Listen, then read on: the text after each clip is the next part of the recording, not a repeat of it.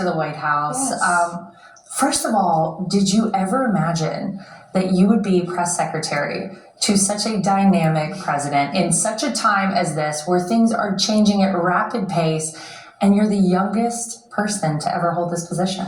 Yes, definitely never imagined this, but I love my job. I'm so honored and humbled to be the press secretary for President Trump, who, as you said, truly is the most dynamic president in our lifetimes. And it's such a blessing every day when I show up to this place, the beautiful White House, to work.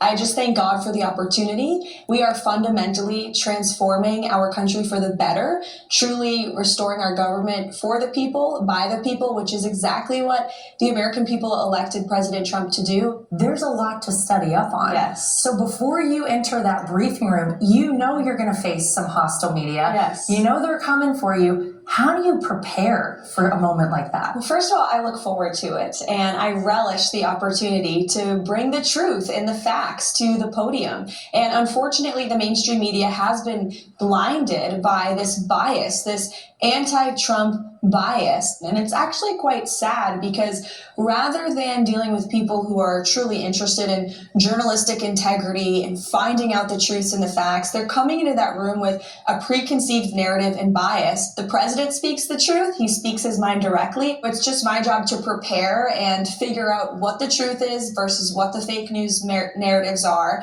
and then just bring that to the podium. And we got to see the room where it all happens. Okay, here we are. This is it. This is where it all goes down. Yes. Wow. This is the briefing room. It's smaller than it appears on TV, actually. It definitely is smaller. Yeah. And then when you pack a whole bunch of press in here, it gets a lot smaller. Yeah, well, I can imagine coming up here for the first time, Yeah. having interned, having been through all that's happened in the past year, Yeah. the first briefing, that must have been a moment to look out here. It definitely was a moment, seeing just a sea of people who want to make me look bad. And it's just me, myself, and I up here.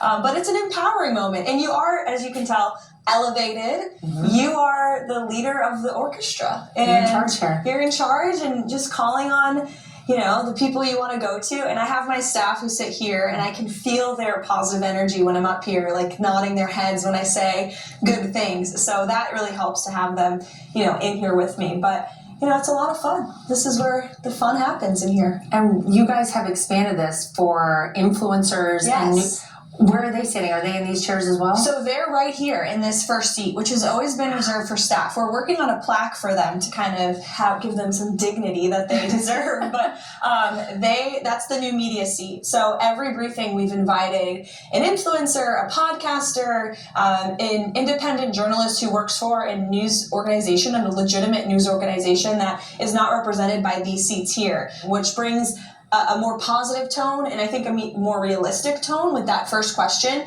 They ask things that I think people at home actually care about, which kind of sets the scene for the rest of the players in the room. We've had Sage Steele in the seat. We've had the CEO of Breitbart, of Axios News, the Ruthless podcast, which has been extraordinarily successful. So that has been a lot of fun, and we have some other ideas to switch it up. Well, we'll have to stay tuned to what's going on Please here. do.